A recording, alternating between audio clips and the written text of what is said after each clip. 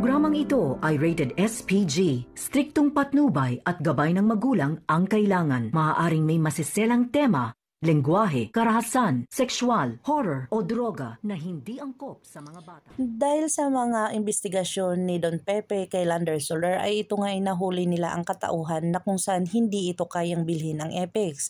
Dito na nga talagang kumuha ng mga ebidensyang mga papeles itong kanilang investigador na kung saan talagang napatunayan nila na si Lander Soler ay ang income nito ay mababa lang. Hindi kayang bilhin ng Apex na kung saan may naaamoy si Don Pepe na malansa na kung saan kasabwat itong si Moira.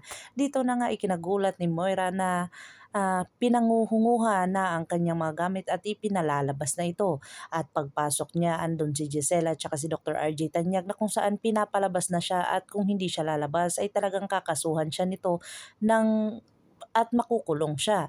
Dito na sinabi ni Moira na gagawin niya ang lahat para hindi lang siya makulong. Sinabi dito ni Giselle na bibigyan kita ng isang pagkakataon at talagang magtatrabaho ka sa Apex na kung saan ikaw ay magiging janitor.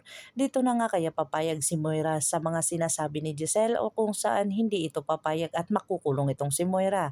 Dito na napatawad ni Dr. Carlos Benitez itong si Lynette at sinabi ni Lynette dito na gagawin niya ang lahat dito kay Dr. Carlos Benitez na kung saan sinabi niya dito na kakalimutan niya na si RJ at wag niya nang isipin. Kung gusto man ni Dr. RJ Tanyag na kausapin si Lynette ay dapat kasama ito si Dr. Carlos Benitez. At pag si Annalyn naman ay gustong makipagkita sa kanyang ama ay dapat sasabihin niya dito. Dito na sinabi ni Dr. Carlos Benitez na kung susunod lang si Lynette sa kanya ay wala silang problema.